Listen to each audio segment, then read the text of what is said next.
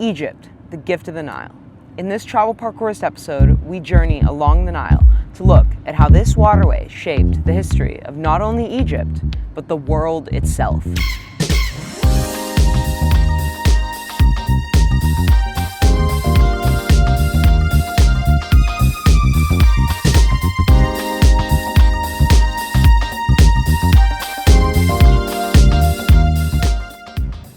The role the Nile plays in world history is complex, and you should look into it more on your own.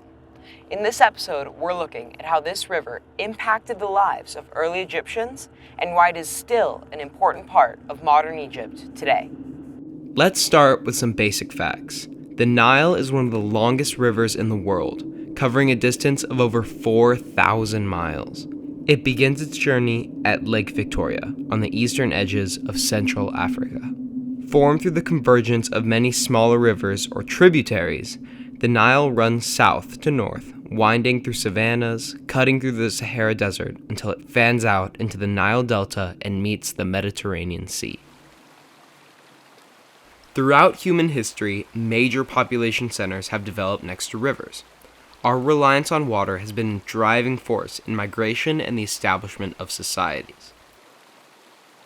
A river is never more cherished than when it flows through a desert.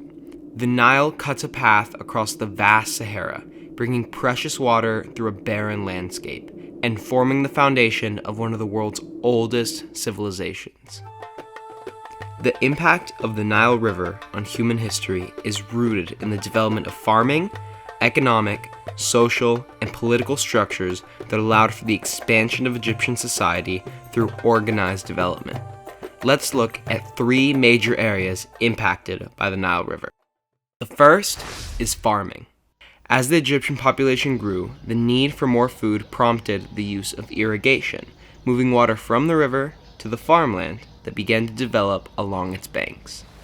Every summer, rains in Central Africa would bring water rushing north, downriver, causing the Nile to overflow its banks. Over time, farmers began to move the water through canals. Planting would begin in the fall, with crops harvested in the spring. In nature, very few things are guaranteed, and the flooding of the Nile was no different. Too much water was just as bad as not enough, so Egypt's history is dotted with good times and bad, feast and famine. Another important role of the Nile was the ability to navigate the region in boats. The flow of the river from south to north allowed for transportation of people and goods from Central Africa to Egypt.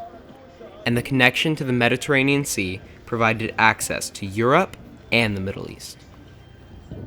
Trade was the main form of commerce, and thanks to the flooding of the Nile, they had plenty of grain to trade for items they did not have. In order for the pharaoh to trade grain with other nations, a tax was imposed on the populace. In order to tax farmers equally, the government would measure the rise of the river by using a Nilometer, a series of caverns that measured how high the Nile rose. The more water, the more crops a farmer could grow, the higher the tax. Culture and religion. They say you can't escape death or taxes. Baba Booey. Well, we have seen how the Nile played a role in taxes, but it also had a significance in death. The cultural impact of the Nile was seen across ancient Egypt. The river was seen as a division between the realm of life and death. The sun rose in the east, signifying life and the birth of Ra, the sun god, so people lived and worked on the east bank of the Nile. The west was associated with death, and the tombs of ancient Egypt can be found on the western bank. Today, both banks of the Nile are populated. Houses, hotels, and businesses line either side of the river. Things were different in ancient Egypt. The Nile symbolized the journey from east to west, from one world to another, from life to death. The Nile continues to be a vital part of Egyptian life and culture. The banks of the Nile are home to some of the most impressive and iconic monuments in the world. On the west side of the Nile, near Cairo, is Giza, home of the pyramids. The pyramids served as tombs for the pharaohs of the 4th dynasty, constructed over 4,500 years ago. Development in Giza hides the fact that long ago the Nile reached the edges of the area, where the pyramids now stand, bringing wood, stone, and other materials from downriver. Further south, the city of Luxor, once known as Thebes, is home to many of the iconic sites associated with ancient Egypt. As the sun rises over the east bank, Luxor Temple and the complex at Karnak come to light.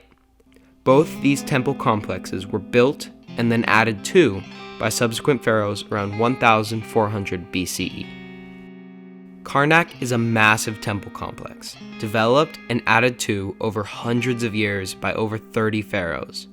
Massive pillars, decorated walls, statues, and obelisks tell the story of Egypt's greatest leaders and the gods they worshipped. Luxor Temple is connected to Karnak by the Avenue of Sphinxes. Over a mile long, this ancient avenue was recently restored, and its entire route is bordered by stone sentinels. Luxor Temple is a beautiful monument to the Egyptian gods Amun, Mut, and Khonsu. The entrance was once marked by two obelisks. Only one remains now. The other stands in the Plaza de la Concorde in Paris, France. Moving west with the sun, across the Nile is the Valley of the Kings, a royal burial ground. Once the resting place of powerful pharaohs, queens, and Egyptian elites. Nearby is the mortuary temple of Queen Hatshepsut, the first woman to rule Egypt. Her temple aligns perfectly with the front entrance of Karnak, and the golden top of her obelisks could be seen from across the Nile. Further south, almost to the border with Sudan, is the Temple of Abu Simbel. Built by Ramses II, it is best known for its iconic twin statues flanking the entrance. The history of the temple is a good place to transition from ancient to modern Egypt. In 1970, Egypt built the Aswan Dam, a massive project aimed at controlling the flooding of the Nile, allowing for more controlled irrigation and increased agriculture. The hydroelectric dam also provides electricity to a growing Egyptian society. The building of the dam would place the Temple of Abu Simbel and several other monuments under the water of the lake created by the dam. A massive project was launched to move the temple to higher ground, above the waterline. The project was successful, and today the Temple of Abu Simbel stands exactly as it had for thousands of years, just in a new home. Egypt's transition into the modern world spans centuries, and throughout history, the Nile has played a key role in the development of world civilization. The population of Egypt has grown to over 100 million people, 90% of which live along the banks of the Nile. The damming of the Nile provides controlled flooding for more efficient farming, and it provides electricity, powering a modern society. So now we know, the Nile is one of the world's most iconic and historically important rivers. Seasonal flooding and careful irrigation were the cornerstones of Egypt's success and place among one of the greatest civilizations in history.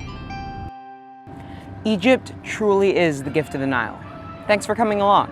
Subscribe and visit our video library. There's lots to see as Travelparkourist explores the science and history behind some of the most fascinating places on Earth.